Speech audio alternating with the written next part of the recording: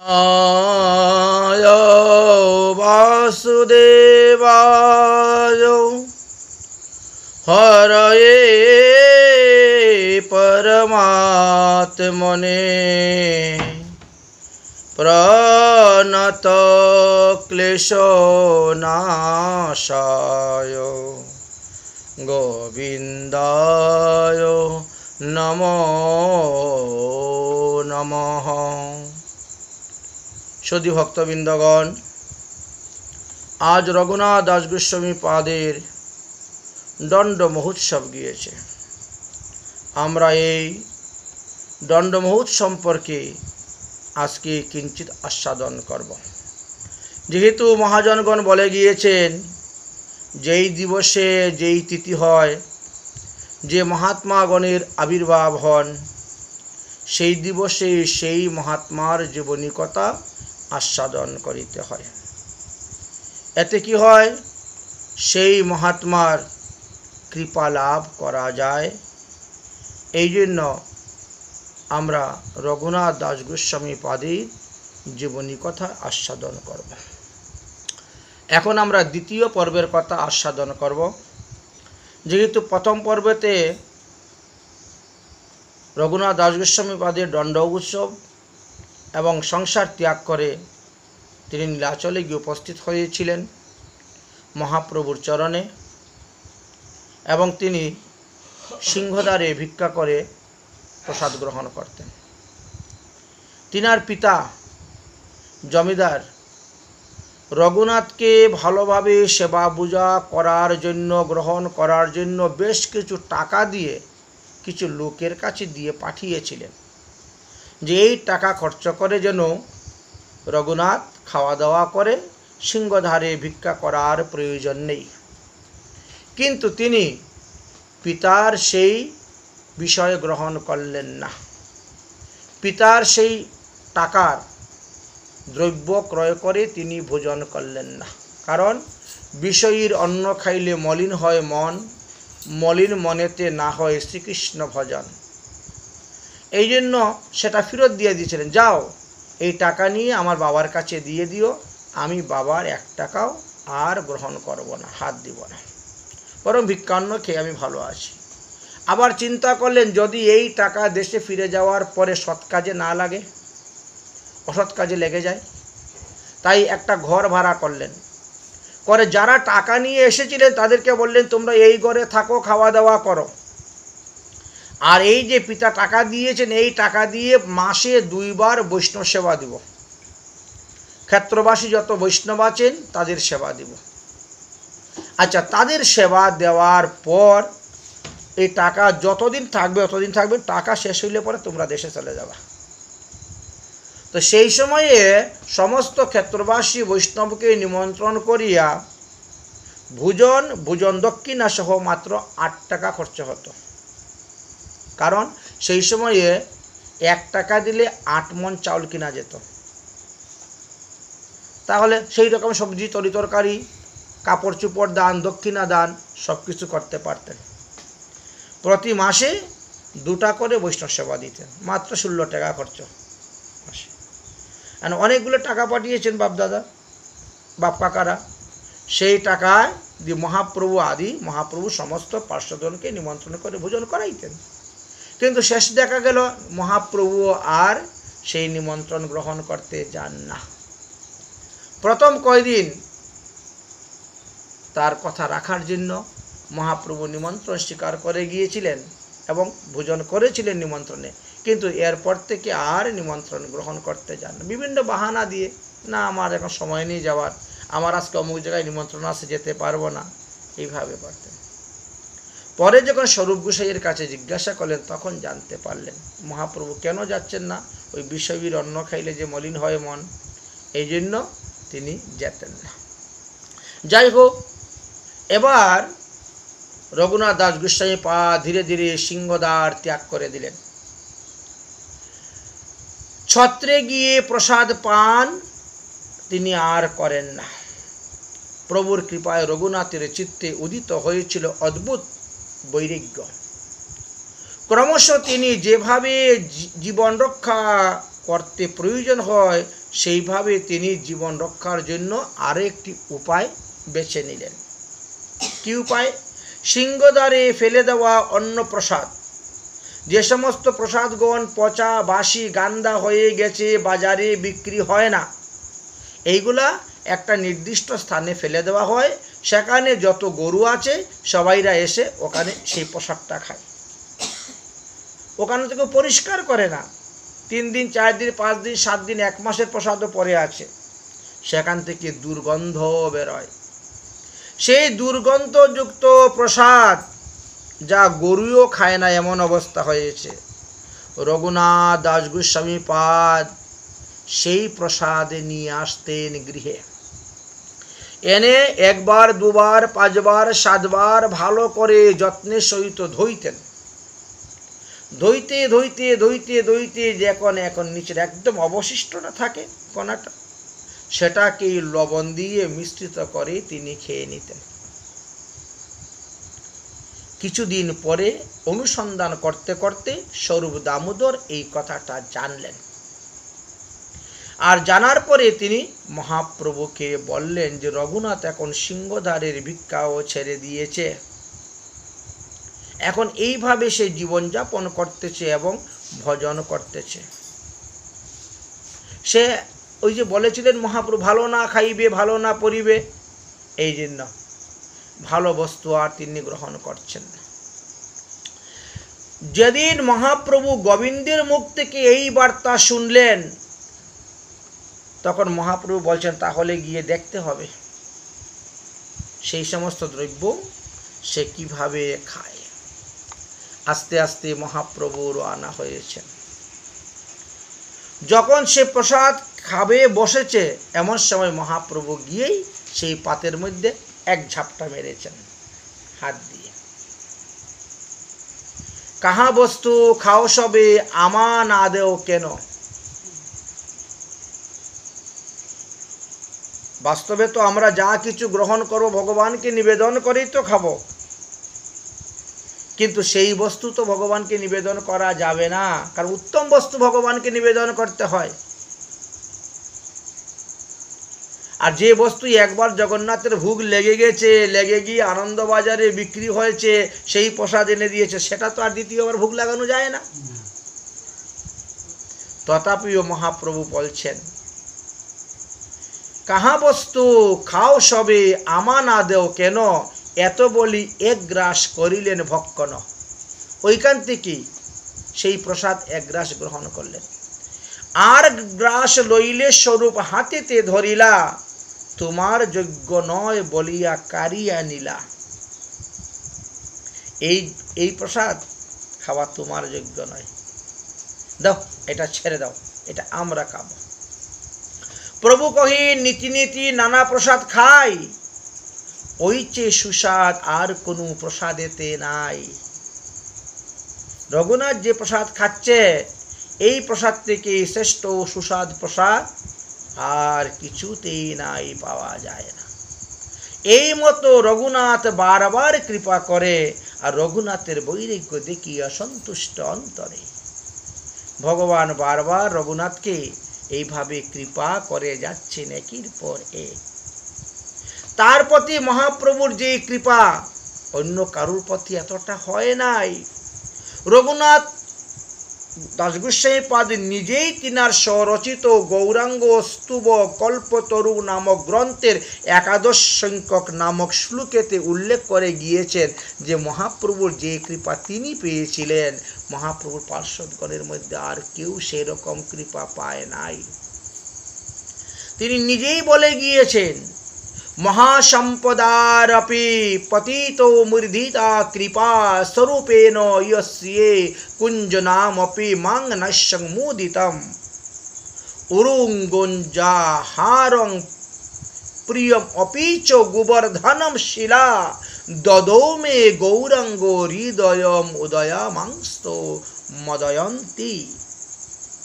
যিনি পতিত পাবন গৌর হরি, অন্যান্য সম্প্রদায়ের লোক হলে আমাকে পতিত চৌকে দেখত, ঘৃণার চৌকে দেখত, কিন্তু মহাপ্রভু আমাকে মহাসম্পদ দান করেছিলেন, যে সম্পদ অন্য কেউ পায় নাই।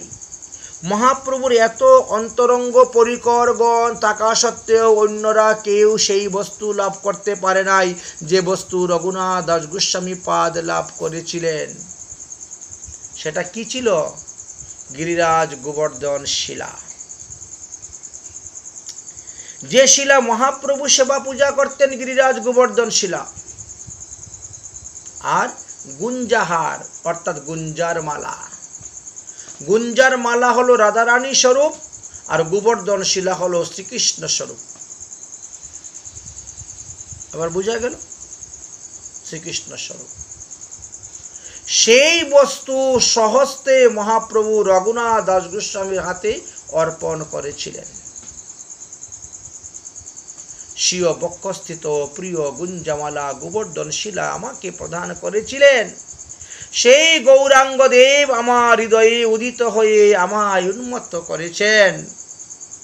মহাপ্রভু নীলাচল লীলায় অবস্থানকালে প্রথম 8 বৎসর অতিক্রম হওয়ার পরে রঘুনাথ দাস গোস্বামী মহাপ্রভুর চরণে গিয়ে উপস্থিত হয়েছিলেন এবং প্রভুর অন্তর্ধান লীলা পর্যন্তই প্রায় 16 বৎসর শ্রী স্বরূপ দামোদরের সাথে প্রভুর অন্তরঙ্গ সেবায় নিযুক্ত থেকে নিজ জীবনকে ধন্য করেছিলেন। মহাপ্রভুর সঙ্গে 16 বৎসর ছিলেন রঘুনাথ দাস গোস্বামী পাদ। এই 16 বৎসরে মহাপ্রভু যে যে লীলা করেছিলেন, রঘুনাথ দাস গোস্বামী পাদ তার সমস্ত সচক্ষে দর্শন করেছেন, প্রত্যক্ষ দর্শন করেছেন। নীলাচলে রঘুনাথের ভজন বৈরাগ্য নিয়ম নিষ্ঠা ছিল অসাধারণ। যথায় অবস্থিত দেহের প্রভুর পরিচর্যাদি দ্বারা কায়িক সেবা করেছেন এবং রাধা ভাবে ভাবিত প্রভু যখন ব্রজের ভাবে বিভোর হয়েছেন তখন রঘুনাথ দাস গোস্বামীর সাথে সাথে অন্তচিন্তনে ব্রজস্বরূপে তার মানসিক সেবা করেছিলেন। প্রভুর উপদেশ অনুযায়ী কাজ করে প্রভুর মনে যে সুখ উৎপাদন করেছিলেন, রঘুনাথের বৈরাগ্য তুষ্ট হয়ে শঙ্করানন্দ নামক এক সরস্বতী পদত গুঞ্জামালা এবং গোবর্ধন শিলা মহাপ্রভু পেয়ে সেবা পূজা করেছিলেন। সেই শিলা আজ রঘুনাথ দাস গোস্বামীকে দিয়ে দিলেন। প্রভু কহেন, এই শিলা কৃষ্ণের বিগ্রহ। এই যে গিরিরাজ গোবর্ধন শিলা সাক্ষাৎ শ্রীকৃষ্ণের বিগ্রহ। একে প্রাণ প্রতিষ্ঠা করতে হয় না, এ প্রাণ প্রতিষ্ঠিত হয়েই আছেন। ইহার সেবা করো তুমি করিয়া আগ্রহ, এই শিলা করো তুমি সাত্বিক পূজন, অচিরাতে পাবে তুমি কৃষ্ণ প্রেমধন। গিরিরাজ গোবর্ধন শিলার এমনই মহিমা।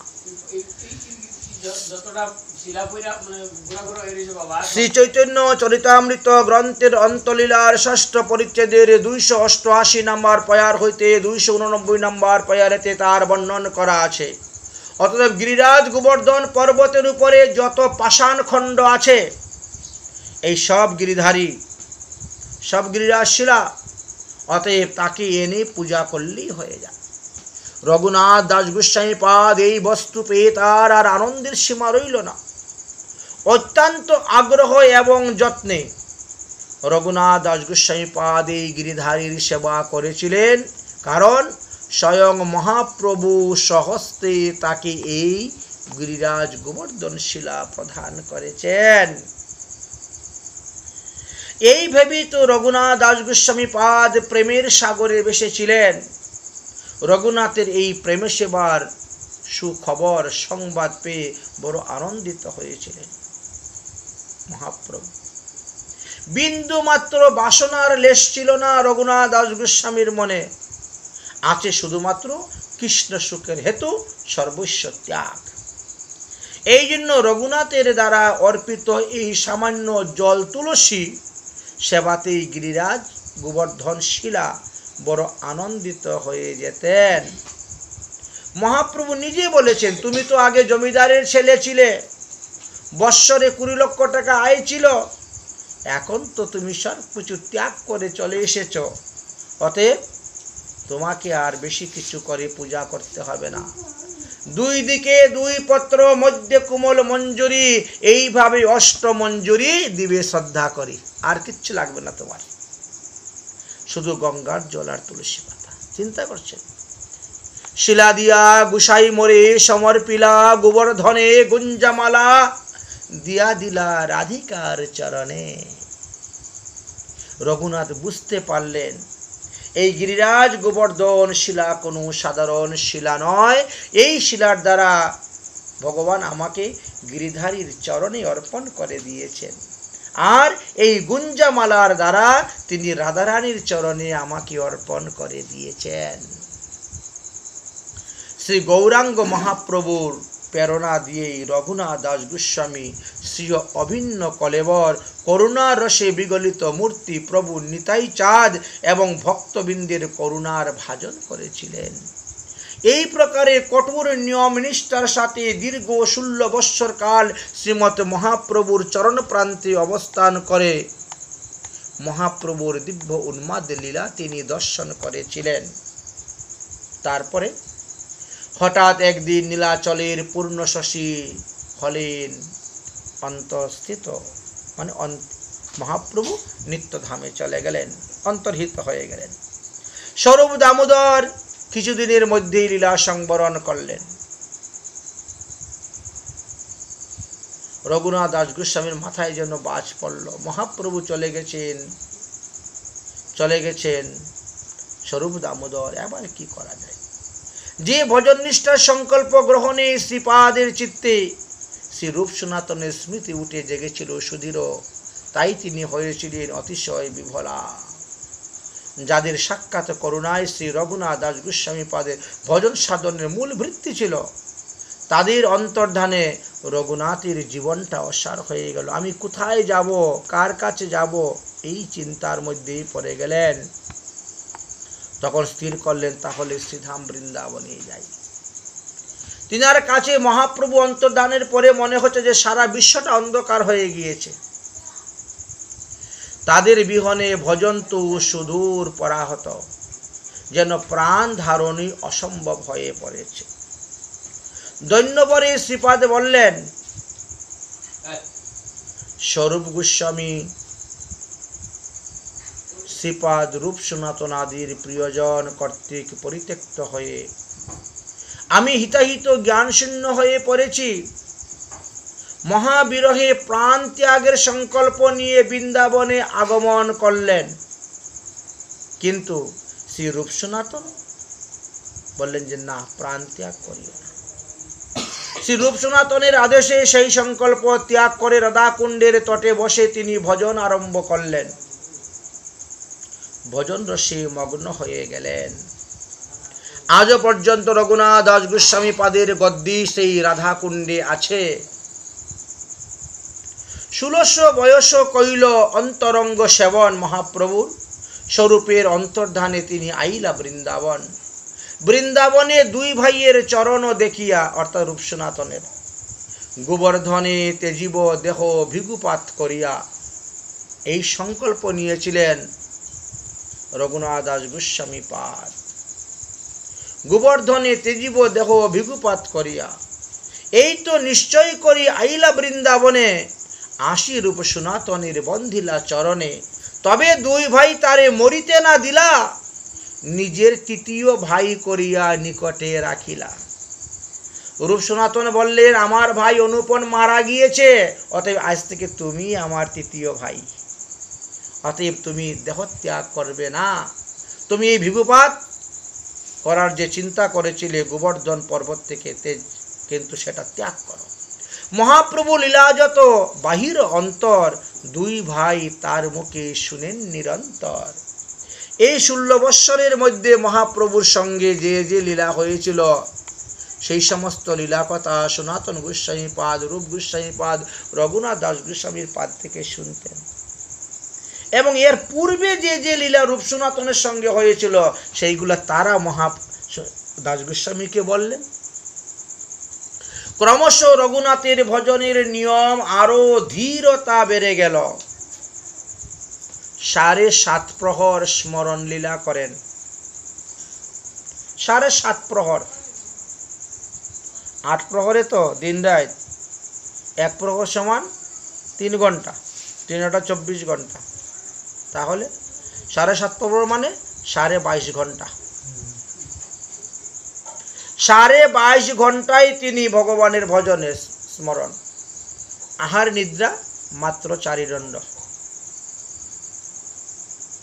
1 ঘন্টা 36 মিনিট সময়ে খালি ওই আহার আর নিদ্রার জন্য রাখেন।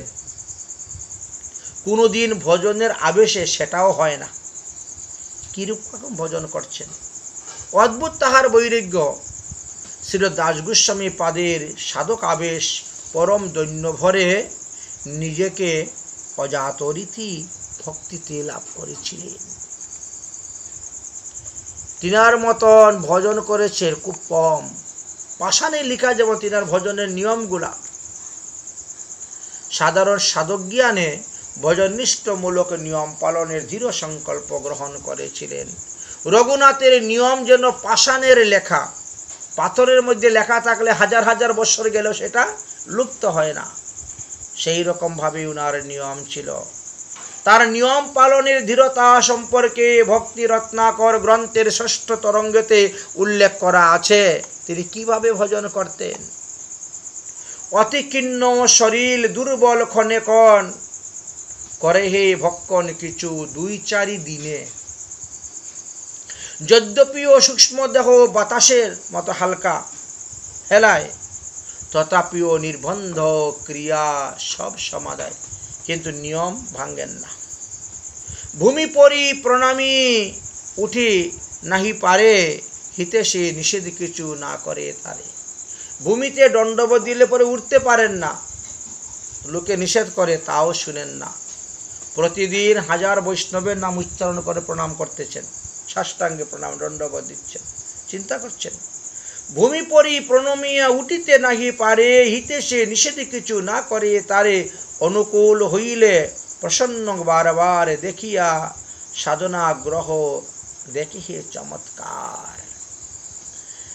তিনার ভজন দেখে অন্যান্য বৈষ্ণবগণ বিস্মিত হয়ে যেতেন। আশ্চর্য কথা, অন্য জল ত্যাগ করিয়া অন্য কথন, পল 2-3 মাটা করেন গ্রহণ। শেষ পর্যন্ত অন্ন খাওয়া ত্যাগ করে দিয়েছেন, জল খাওয়া ত্যাগ করে দিয়েছেন। প্রতিদিন কি করতেন? 1-2 মাঠা পান করতেন। ওই যে কাগজে এই যে পাতার বাটি, এগুলোতে দুনা বলা হয়, বুঝেছেন? ভক্ষণ করতেন। সহস্র দণ্ডবোধ করে লয়ে লক্ষ নাম, বৈষ্ণবদের নাম উচ্চারণ করে করে দণ্ডবোধ দিচ্ছেন সাষ্টাঙ্গে। 200 বৈষ্ণবের নিত্য প্রমাণ। প্রতিদিন 200 বৈষ্ণবদেরকে প্রণাম করতেন। রাত্রি দিনে রাধা কৃষ্ণের মানস সেবন, প্রহরে কে মহাপ্রভু চরিত্র কথন। আবার 1 প্রহর মহাপ্রভু লীলা কথা প্রতিদিন বর্ণন করতেন। ত্রিসন্ধ্যা রাধাকুণ্ডে অপতিত স্নান, 3 বার রাধাকুণ্ডে স্নান করতেন প্রতিদিন। ব্রজবাসী বৈষ্ণব করে আলিঙ্গন দান, দেখেছেন? আর ব্রজবাসী বৈষ্ণবদেরকে আলিঙ্গন দান করতেন। কেন? বলে যার কাছে নাই কোনো ধন, সে করিবে আলিঙ্গন, আলিঙ্গন দান করিতেন। আর অর্ধপ্রহর ওই খাওয়া দাওয়ার ব্যাপারে সময়টা আসে। তাহলে 7.5 প্রহর করেন ভক্তির সাধনে, 4 দণ্ড নিদ্রা সহ নহি কোনো দিনে। তার সাধন রীতি শুনিতে চমৎকার, সেই রঘুনাথ দাস প্রভু সে যে আমার, তার পাদে নমস্কার। চিন্তা করতে পারছেন কিরকম ভজন নিষ্ঠা ছিলেন। স্বাভাবিক কৃষ্ণপ্রীতি থেকে এই সর্বস্ব ত্যাগ। কবিরাজ গোস্বামী পাদ রঘুনাথের নিয়মাবৃত্তির কথা উল্লেখ করেছেন। কি বলছেন? পাষাণের লেখা বলছেন। পাষাণের ওপরে অঙ্কিত লেখা যেমন কোনো সময়েই লুপ্ত হয় না, রঘুনাথ দাস গোস্বামী পাদের এত শরীর খারাপ হওয়া সত্ত্বেও তার নিয়মের কোনো ভঙ্গ হয়নি। একদিনের জন্য একটি নিয়মও তিনি লঙ্ঘন করেন নাই। এমনকি আহারের সময়ও ভজনের আবেশেই থাকতেন। নিদ্রার সময়ও যুগল লীলারসই স্বপ্নে দেখতেন। কৃষ্ণ প্রীতির উন্মুক্তি তার দৈহিক সুখ বাসনা বিন্দুমাত্র ছিল না, সব দূরীভূত হয়ে গিয়েছিল। এই জন্যই এই বৈরাগ্য দেহ মনে কোনরূপে কষ্ট অনুভব করেননি তিনি। কৃষ্ণ প্রীতির সাথে সাথে বৈরাগ্য স্বয়ংই এসে তার ভজনের অনুকূল বিধান করেছিলেন। তাকে আশ্রয় করে যেন বৈরাগ্য লক্ষ্মী স্বয়ং সার্থকতা লাভ করেছেন।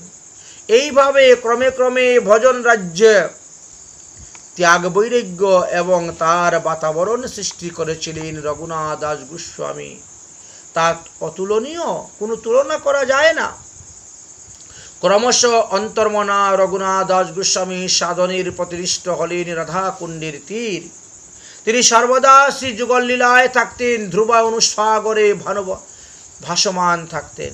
শ্রীপাদ দাস গোস্বামী পাদের এমনই ভজন নিষ্ঠা ছিল যে উগ্র বিষদর কালসর্পের দংশনজনিত তীব্র জ্বালায় যেমন আপদ মস্তক জর্জরিত হয়ে শীঘ্রই মৃত্যুদশা উপস্থিত হয়, সেইভাবে শ্রীপাদ দাস গোস্বামী পাদের মনেতে হত রাধারানীর বিরহ বিষজ্বালা দগ্ধ হয়ে তার যেন মৃত্যু ঘটতেছে।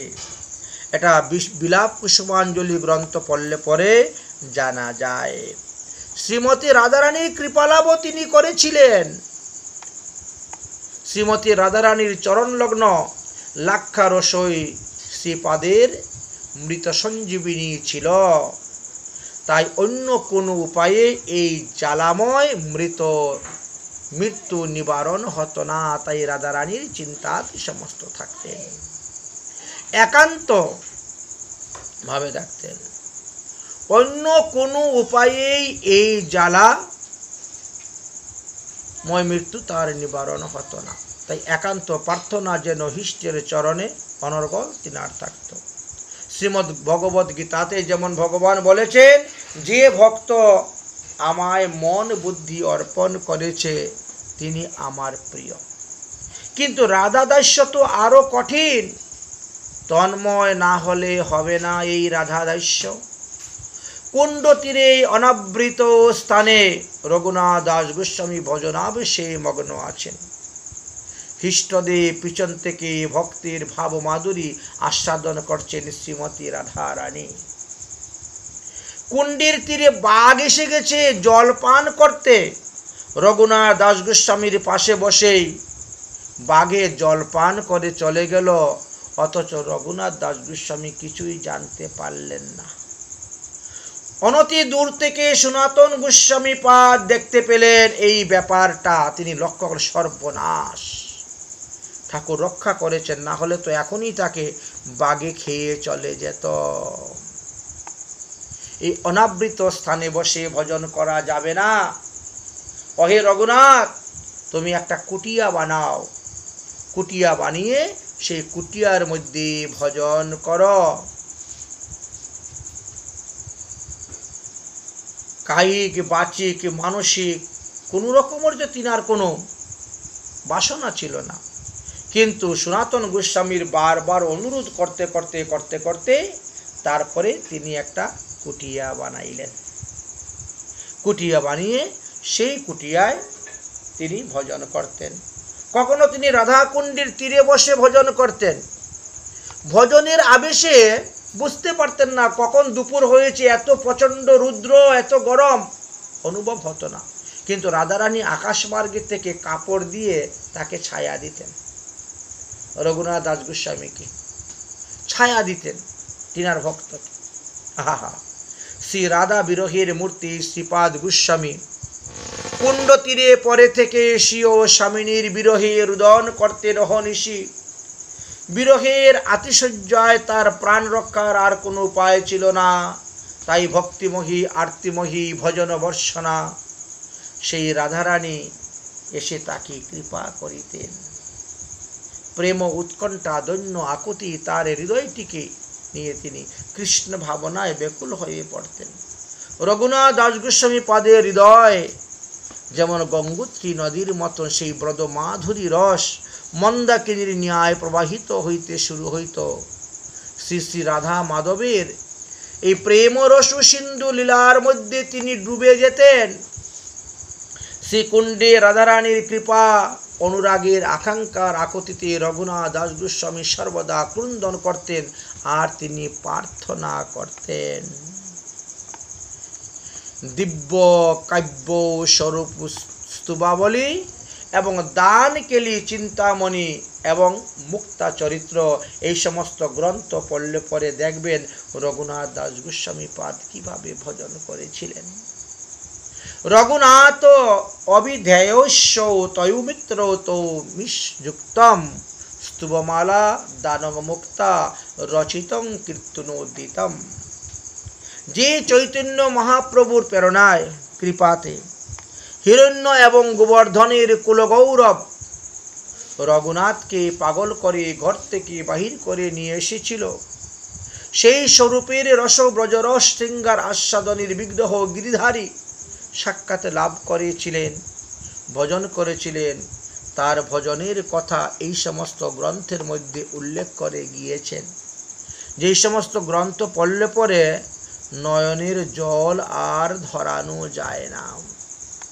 রঘুনাথ দাস গোস্বামী পাদের রচিত বেশ কিছু গ্রন্থ আমরা দেখতে পাই এবং সেই সমস্ত গ্রন্থ তিনি রাধাকুণ্ডের তীরে বসেই রচনা করেছিলেন। শ্রীকুণ্ডাস্থিত শ্রীপাদ রঘুনাথ দাস গোস্বামী শ্রীকুণ্ডের পুঞ্জাবলিতে শ্রী রাধা মাধবের বিবিধ সেবার নবনব প্রেমরস সম্পূর্ণ লালসারয় তরঙ্গ দ্বারা সর্বদাই ভাসতেন। আর সেই সমস্ত কথাই চিন্তা করে করে তিনি এই গ্রন্থগুলা রচনা করেছিলেন, যে সমস্ত গ্রন্থ আজ আমরা সচরাচর পাই। ছিল রঘুনাথ দাস গোস্বামীর দিব্য কাব্য শ্রী স্তুব্য রত্নাবলীর অন্তর্গত 29টি স্তবের সংক্ষিপ্ত বিবরণ আমরা দেখতে পাই। এইগুলা যদি আস্বাদন করা যায় তাহলে আমরা বুঝতে পারবো ভজন কাকে বলে। ভজন এত সহজ বস্তু নয়। ভজনের আমরা এখনো বও জানি না, আমরা ভক্তির বও লাভ করতে পারি নাই, কারণ অত্যন্ত গভীরের বিষয় হলো এই রাধা ভজন, কৃষ্ণ ভজন অত্যন্ত গভীর। অনায়ারাধিত নৈন্যাং ভগবান হরিশ্বর যতনু বিহায় গোবিন্দং প্রত্যং জামন হৃদয়ম। শ্রীপদ রঘুনাথ দাস গোস্বামী পাদের বিশুদ্ধ সত্তা ভক্তি ছিলেন, তাই রাধারানীর নামাবলীও তিনি রচনা করেছিলেন। শতনাম স্তোত্রম সাক্ষাৎ রাধারানী বিরাজ করতেছেন।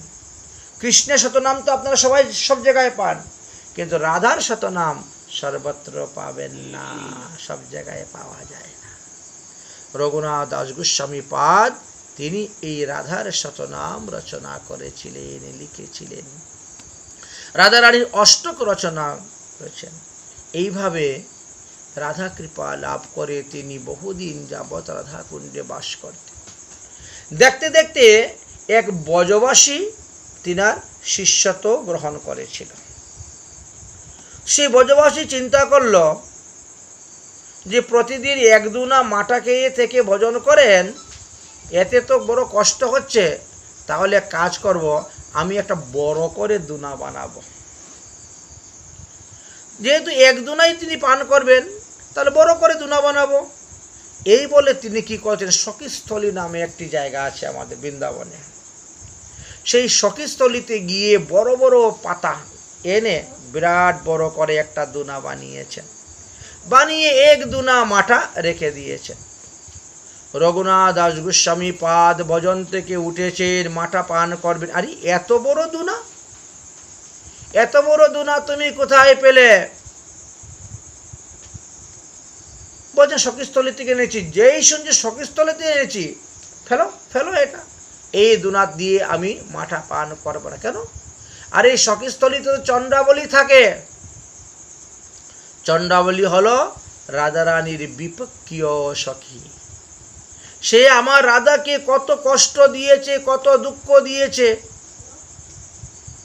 গোবিন্দকে রাধারানীর কাছ থেকে ছিনিয়ে নিয়ে যেত।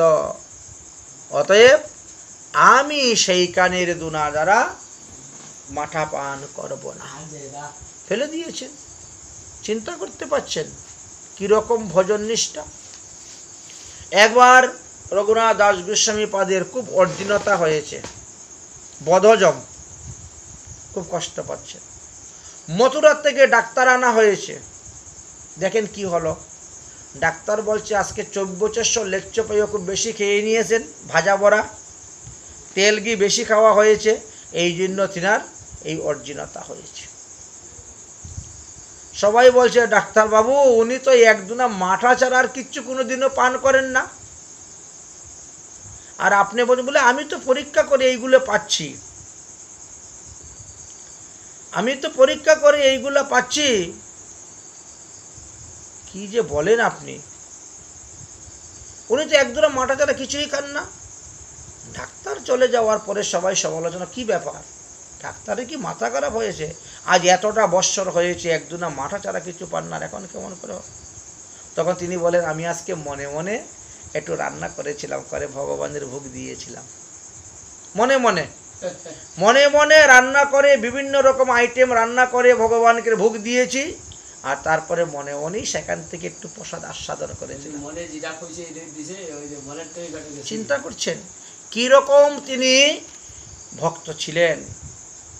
ভক্তি রত্নাকর গ্রন্থেতে এই রাধাকুণ্ডের মহিমার কথা, রঘুনাথ দাস গোস্বামীর পাদের মহিমার কথা লেখা আছে।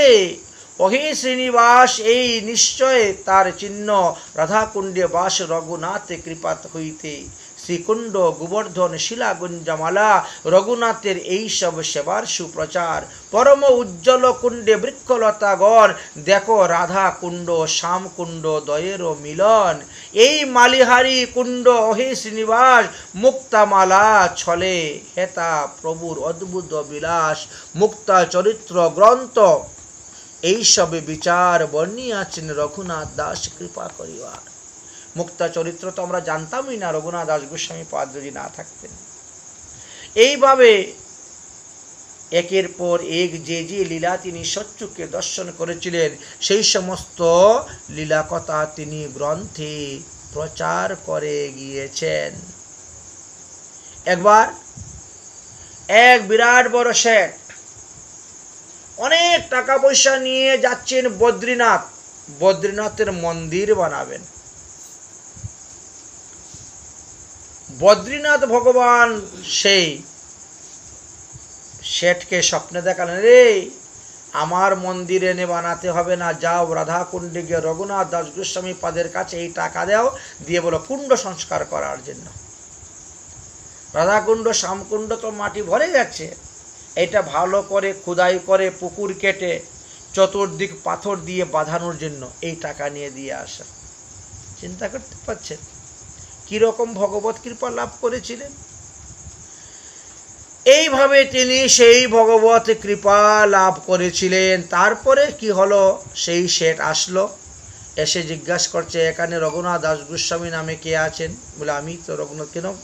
বলে এই টাকাগুলা ধরেন, ভগবান স্বপ্ন আদেশে বলেছেন, আর এই টাকা দিয়ে আপনি রাধাকুণ্ড শ্যামকুণ্ড সংস্কার করুন। এই জন্য তো তিনি তখন এই রাধাকুণ্ড শ্যামকুণ্ড সংস্কার করেছিলেন, পাথর দিয়ে বাঁধিয়েছিলেন। সেই আজকালকার নয়, 500 বছরের পুরানা, 40 ফুট গভীর আছে রাধাকুণ্ড শ্যামকুণ্ড। সিঁড়িগুলো দেখেছেন কত বড় বড় চৌড়া চৌড়া, 500 বছর আগের, সাধারণ ব্যাপার। এইভাবে রঘুনাথ দাস গোস্বামী পাদ রাধাকুণ্ডের তীরে বসে বসে ভজন করেছিলেন, আর রাধারানীর কৃপা, শ্রী গোবিন্দের কৃপা তিনি লাভ করেছিলেন, যে কৃপা অন্য কেউ লাভ করতে পারে নাই। রঘুনাথ দাস গোস্বামী পাদের আজও পর্যন্ত তিনার সেই গদ্দিটি অবস্থান করিতেছে। চিন্তা করছেন, যে শেঠ নিজে বদ্রীনাথে যাচ্ছে টাকা দিয়ে মন্দির বানাবে, সেখান থেকে ভগবান পাঠিয়ে যাও তুমি ব্রজে আরিড গ্রামে যাও, সেখানে গিয়ে রঘুনাথ নামে দাসের ভক্তের কাছে টাকা দাও, সে কুণ্ড সংস্কার করবে। এইভাবে কুণ্ড সংস্কারের জন্য পাঠিয়ে দিলেন। রঘুনাথ দাস গোস্বামী পাদের আজ অবধি সেই স্মৃতিটি রাধাকুণ্ডে আছে। তেনার সমাধি, তিনি ভজন করেছিলেন। সেই রঘুনাথ দাস গোস্বামী পাদের হলো আজ এই দণ্ড মহোৎসব।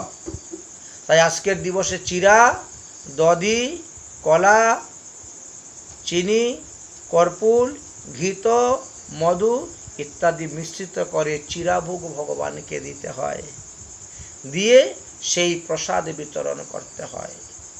তবেই ভববন্ধন মুক্ত হবেন, সংসার বন্ধন মুক্ত হয়ে ভগবৎ পদপদ্ম লাভ করতে পারবেন। এই জন্য আমরা রঘুনাথ দাস গোস্বামী পাদের দণ্ড মহোৎসবের কথা 2টি পর্বের দ্বারাই আস্বাদন করলাম। সংক্ষেপেই করেছি, তবুও আমরা 2 পর্ব লেগে গেছে। প্রথম পর্বেতে আমাদের 1 ঘন্টা 28 মিনিট ছিল, আর দ্বিতীয় পর্বতে প্রায় 40 মিনিটের মতন আমরা আস্বাদন করলাম। আজকের মতন ভগবতী কথা এখানেই বিশ্রাম। রঘুনাথ দাস গোস্বামী পাদের দণ্ড মহোৎসবে কি জয় জয় শ্রী রাধে শ্যাম। নিতাই গৌর হরি।